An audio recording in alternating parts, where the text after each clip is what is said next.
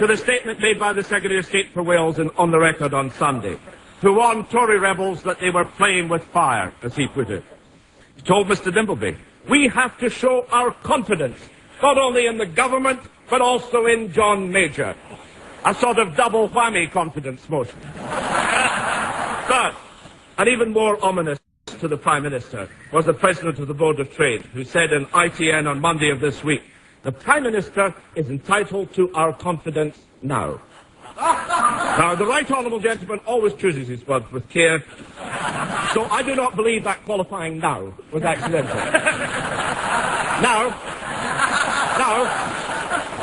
Now, but not necessarily forever. But that was not the only effort by the Right Honourable Gentleman, the Lord President. The President, I do beg his pardon, he's got an even grander title than the Lord President of the Council. The President of the Board of Trade, we'll call him Mr. President for short, I think, in the course of this exchange.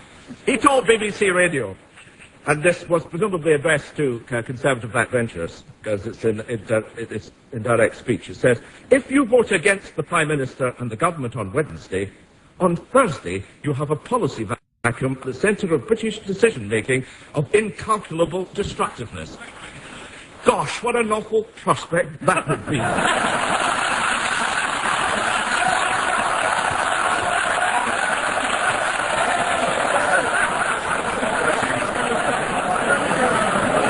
It's not just policies that are the problem.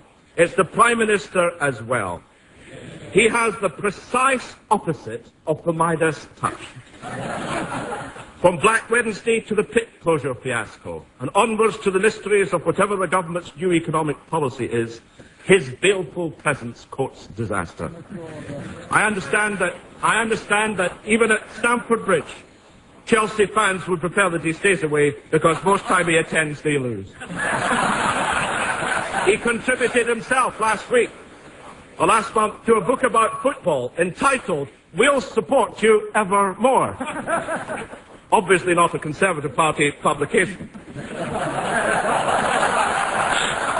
And, Madam Speaker, when we think of the Prime Minister's record since the election, a passage he wrote himself of his experience as a football supporter hits the truth with uncanny precision. And I quote the Right Honourable Gentleman, "After all, I have nearly 30 years behind me of high hopes at the start of a season, fading into disappointment with a string of disappointing results by January."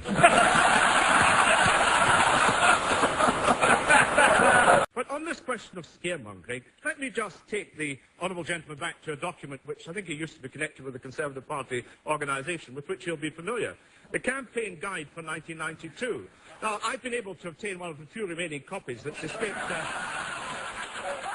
that has escaped the Central Office shredder.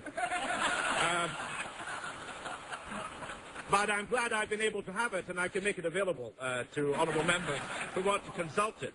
And in that campaign guide, which is to be used, indeed no doubt was used by honourable gentlemen and ladies opposite in their campaigning, it says no increases in VAT. It's on page 12 of the guide.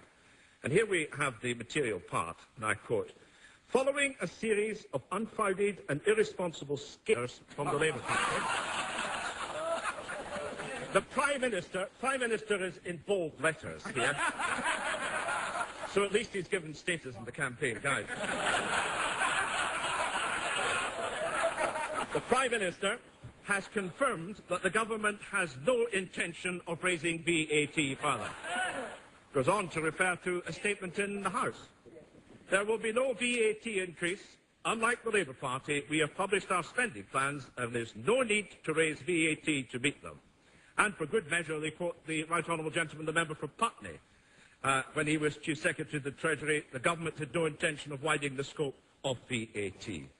Now, was that fair comment against the Labour Party that we were scaremongering at the time of the last election?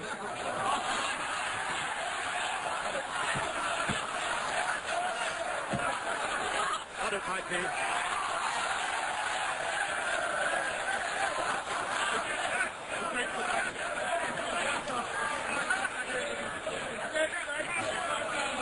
I'm dealing with the last one. No.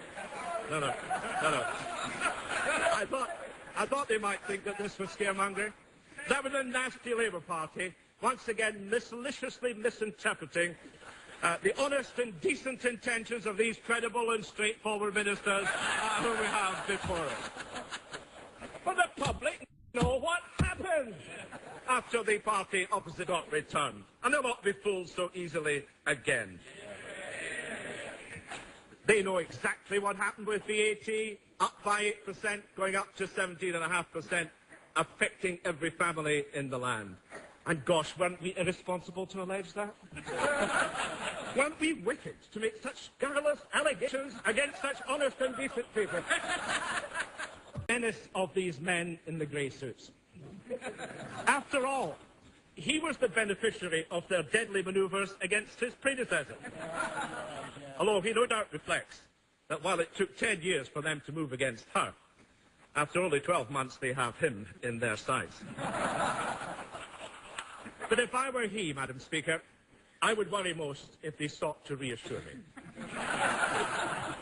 Most of all, I think I would worry if they sought to demonstrate their solidarity with a man in a spot of bother by giving him a present. Perhaps a watch inscribed, "Don't let the buggers let you down."